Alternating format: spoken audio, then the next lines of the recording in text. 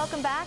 Now, the best horse in the world we're going to tell you about, otherwise known as Shark Jester, won a lot of races this year, and Heather is going to share with us a little more about that. Now, this horse is racing in the open pacing division. He's like a double whammy of like quickness and killer instinct, okay? Yes, he has won a lot of races, and let me tell you, the race you're going to see next, the William Houghton Memorial, it's an awesome one. And it's a well-rated Real Joke who has control at the top of the stretch. Foiled again is in behind. Shark Gesture coming on toward the outside. Real Joke leads it with 1/8 of a mile to go. Foiled again between up. Shark Gesture charging hard on the outside. Hypnotic Blue Chip won the West on the far outside. It's Shark Gesture. Hypnotic Blue Chip won the West. Shark Gesture almost there. Shark Gesture. Shark Jester makes a big move, wins in 1:48.2 with George Brennan in the bike, also known as the Minister of Speed. Finishing second was Hypnotic Blue Chip. This horse has the fastest time of any horse, like the entire year. He's unbelievably fast. And then third went to Won the West, and he is actually the Breeders' Crown champion from last year, so look out for him. I love the older pacing division, like love, love, love, and I cannot wait for this Breeders' Crown race. The next division are 3-year-old pacing colts, and Rock and Roll Heaven is ranked second in the world. The horse is the real deal, and he's definitely out to prove it, Heather. He just equaled a world record last month at the Battle of the Brandywine and took home $500,000. One more lap is up level with Del Marvelous inside the 3/16. 3/4 in 121 flat. They turn for home in battle 34. One more lap's ahead in front. Racing for the challenge of Rock and Roll Heaven. Del Marvelous full out. A 16th to go. And Rock and Roll Heaven has the upper hand. Rock and Roll Heaven wins. Rock and Roll Heaven makes a slingshot move in the stretch. He ends up winning in 1:48.4. This is a track and stakes record, by the way. Now finishing second with one more lap. One more lap. He is no joke. He's going to look for revenge in the Breeders' Crown, definitely. You know, I'm wondering, though, okay, if Rock and Roll is here to stay and it'll never die, like, why is there even a Rock and Roll Heaven? All right, so I don't know, right? Okay, so we caught up with the connections of Rock and Roll Heaven. They didn't answer that question, but they did give us some more info on the horse. Is this the best 3-year-old out there? It's been a toss-up, I think, between my colt and Ray's colt. Just depends on who works out the trip.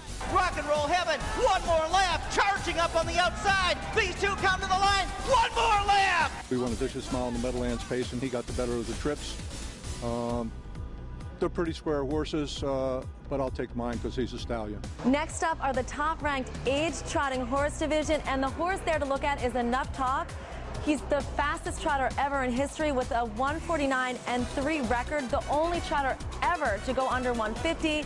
Now let's see him in the Titan Cup final. Arch Madness appears poised here to tip 3 high. 123 into the stretch of the Titan Cup final. Lucky Jim's race to win or lose. Enough Talk is Giant first over, trying to wear him down in doing that. Enough Talk on the outside's Giant! Lucky Jim on the inside. Like a bat out of hell didn't have it, neither did Arch Madness. Buckeye St. Pat closing. Enough Talk!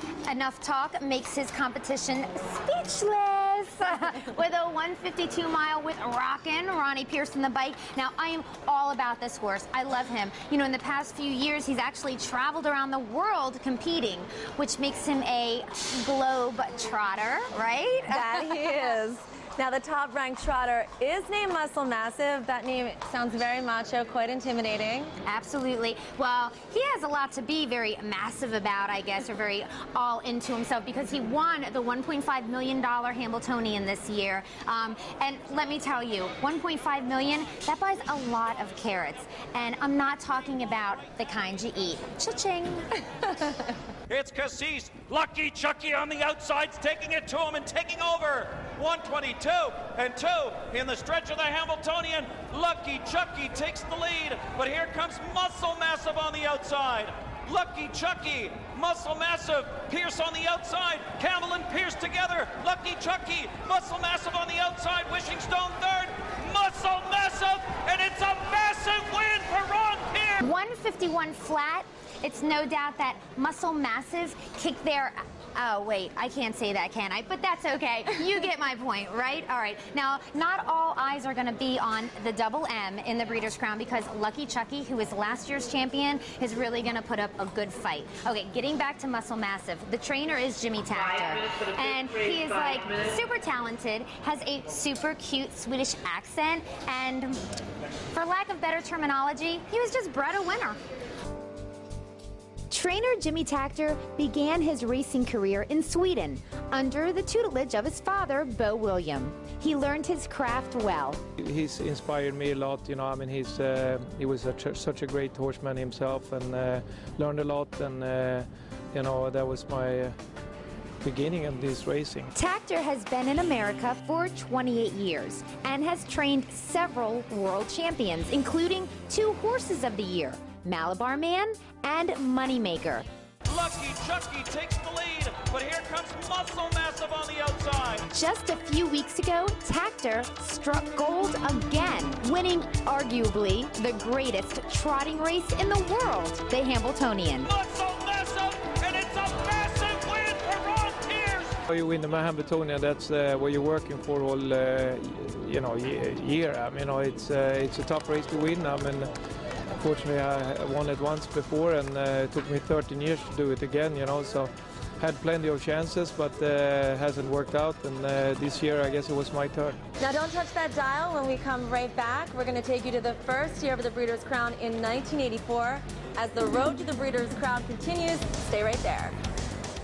Welcome, good old son. There ain't no love when you don't come.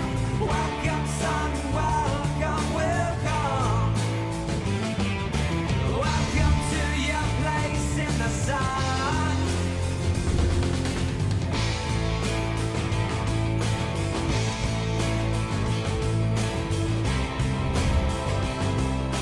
Welcome to your place in the sun.